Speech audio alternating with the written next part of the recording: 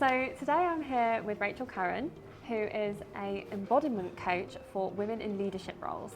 Rachel is going to be our guest speaker at the Women in Business Golf Day, and we're just going to kind of have an open conversation about what it is that Rachel does, what she's going to be talking about, and I think I'm going to learn a lot, and hopefully you'll learn a little bit of something new too today as well. So, Rachel, can you tell me a bit about what it is that you do and what your background is professionally, and we'll kind of lead into a bit more of what it is we're going to be talking about on the day. Yeah, okay. So my background is, I started off as a professional dancer. I don't know if you know that. So until my early 20s, that's what I used to do. And then I spent about a decade working within corporate. So I've worked in various financial institutions across London and New York.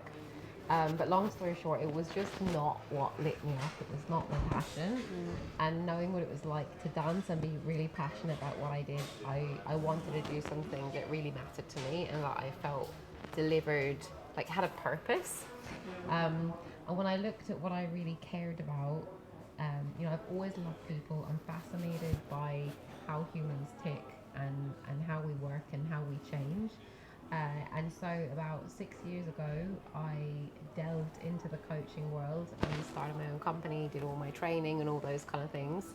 And now what I really specialize in is I work with very, very high achieving women. They're usually in positions of leadership, but it's kind of everyone from your department superstar to, your 60-year-old female founder. And what I really notice in that particular type of very high achieving women is they're excelling in their career, making really good money, flying up the corporate ladder, very successful externally, but internally there's a whole other battle going on. There's a lot of overthinking, people pleasing, perfectionism, and a lot of questioning of themselves when it really comes to showing up as the leader and the kind of person they want to be in their professional and personal lives. So, Okay, what I actually picked up on there was you used to be a dancer. I also used to be a dancer. Did you? Yeah. I did not know that. Potentially not as high a level as I feel maybe you were, but I did do it for a good few years into my early 20s. Really? Yeah. What kind of dancing? Ballet. What? So I'm ballet, jazz, contemporary, hip hop. I had no clue. Yeah, there you go. From ballet to golf for me. So yeah, a bit random. But yeah, I can relate to what you just said about having that passion about something that really drives you every day to do it again and again. And I just wonder if that's something that's driven you to move more into the coaching side of things, because do you find that women who are in these kind of corporate leadership environments are embodying this? Do they have that passion that for that kind of work that you think they could? I think, do you know what? Well, it really depends. So I work with a lot of people who have their own companies or have started something that's really been based on something that's really important to them, and I'd say they definitely have the passion. And this is a broad, blanket statement here. I'm generalizing, but a lot of the people that come to me in the corporate space are, very successful at a very young age, and they're like, I could keep going, and I could be the partner. And I could be, the C-suite, but this isn't what I'm passionate about. I could get another job. I could feel good for 6 months or something. But when I look around me and I look at my husband and how passionate he is about his job, I don't feel what he feels. Do you think coaching people helps them become more content in their place of work or in their career path? Is that something that can be coached, or is that something that is an innate passion for something? Not being passionate about your work for me is really a symptom of something that's going on underneath the surface. And what I notice in really high achieving women is that in order to excel, they put all their energy in it. They live in their head. they're always thinking, they're always analysing, they're always, like very practical, looking for different outcomes, like very, very driven in that sense, right? Yeah. But in order to you only have a certain amount of energy you can actually fire around your body.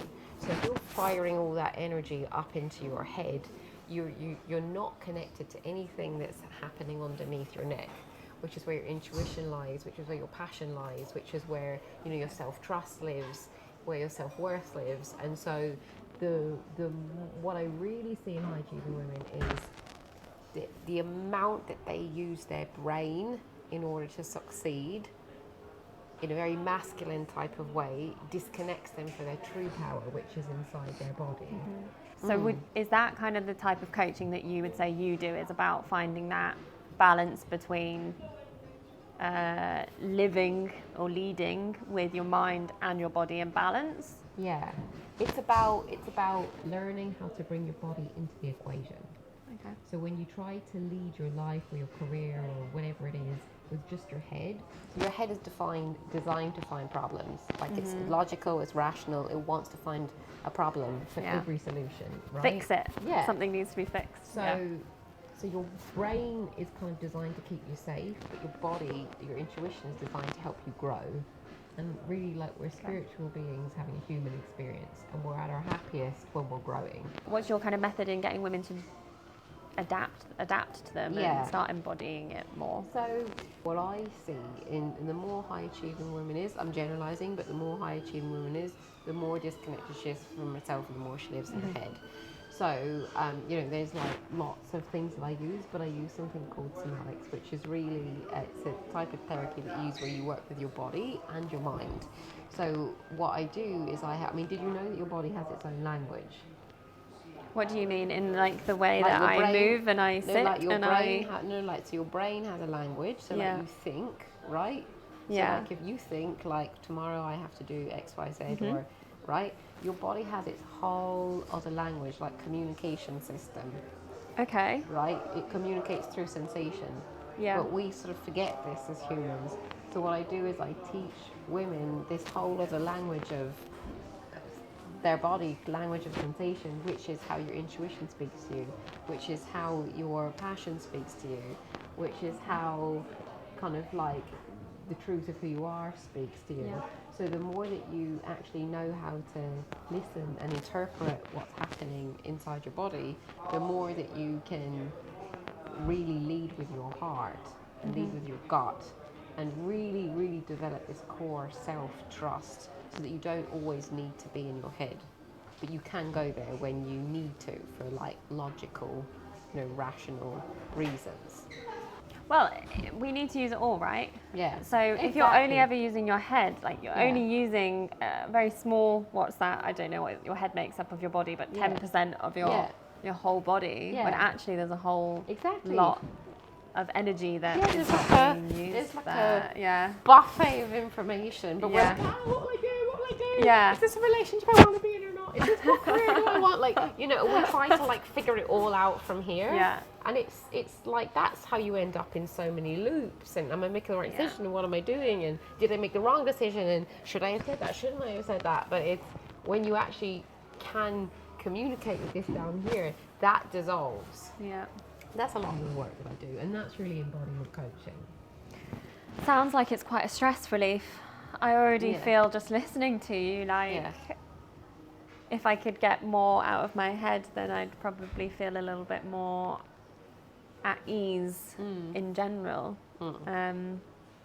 Okay, I like that. Yeah. I'm looking forward to hearing the talk in full. So thank you very much, Rachel.